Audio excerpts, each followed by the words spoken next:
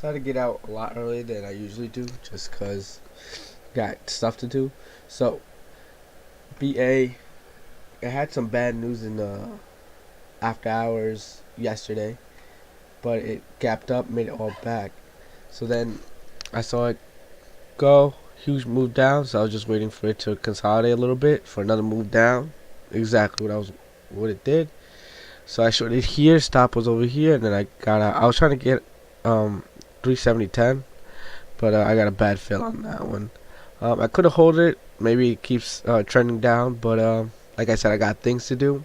So this one's gonna be a quick one, but yes. So I'll show you guys what I see on Thinkorswim. Right, this will be the first time I show you guys basically my methodology.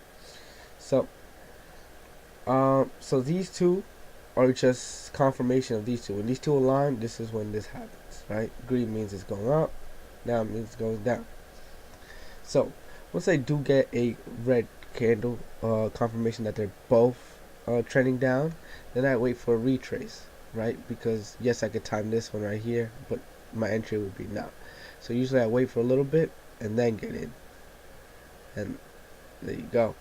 So I usually always look for the long term time frame, and then I get in based on the short term, and my risk is defined in my short. So that's how you get a good risk reward.